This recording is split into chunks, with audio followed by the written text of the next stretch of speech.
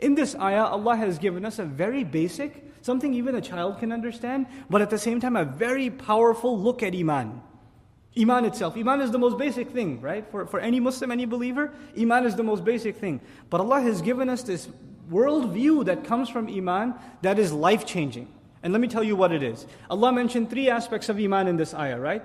He mentioned, Man amana billahi wal yawmil akhiri wa amila salihan. These were the 3 things that were mentioned to be successful in the next life. La khawfun alayhim wa la hum yahzanun. Now listen to this.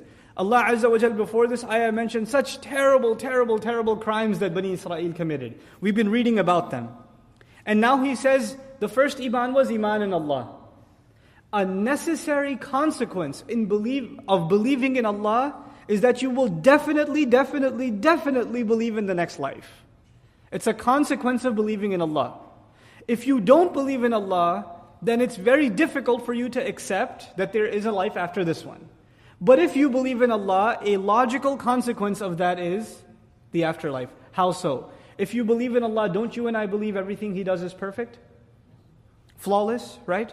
If there is a God, you're talking to an agnostic or a philosopher, an atheist. If there is a God, if there was one, He'd be perfect in every way. Yes, agreed. So if He does anything less than perfect, He can't be God anymore. Everything He does has to be perfect. Now, He created this world, yes or no? He did. Now look around this world, you see justice or injustice? You don't see justice. You see injustice. You see innocent people being killed.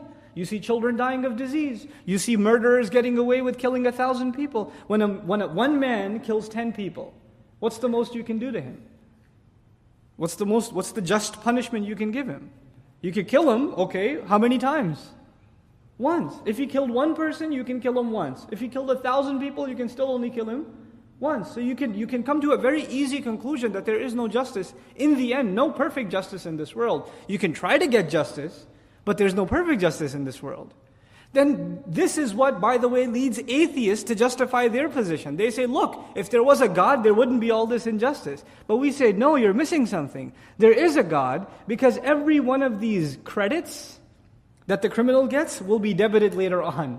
And every one of these debits will be credited later on. No crime went unnoticed. Nothing is off record. Everything is being kept track of. And anything that you suffered here that you didn't get compensated for, you will get paid for it. What is that thing called? It's called the last day. In other words, if you don't believe in a last day, then you can no longer accept Allah as just.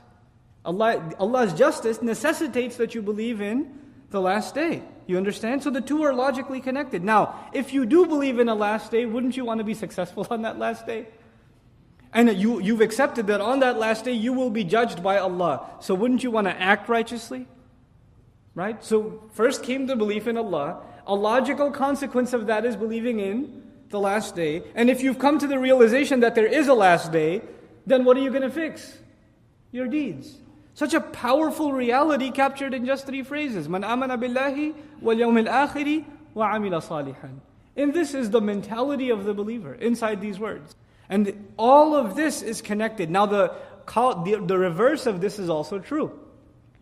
If you don't see yourself doing a lot of good deeds, what's weak? Belief in the akhirah is weak. I'm not so sure if I'm going to get rewarded all that much for what I'm doing, so it's not worth my time to do. There are other things that are taking my time because obviously I'm convinced that's a better use of my time.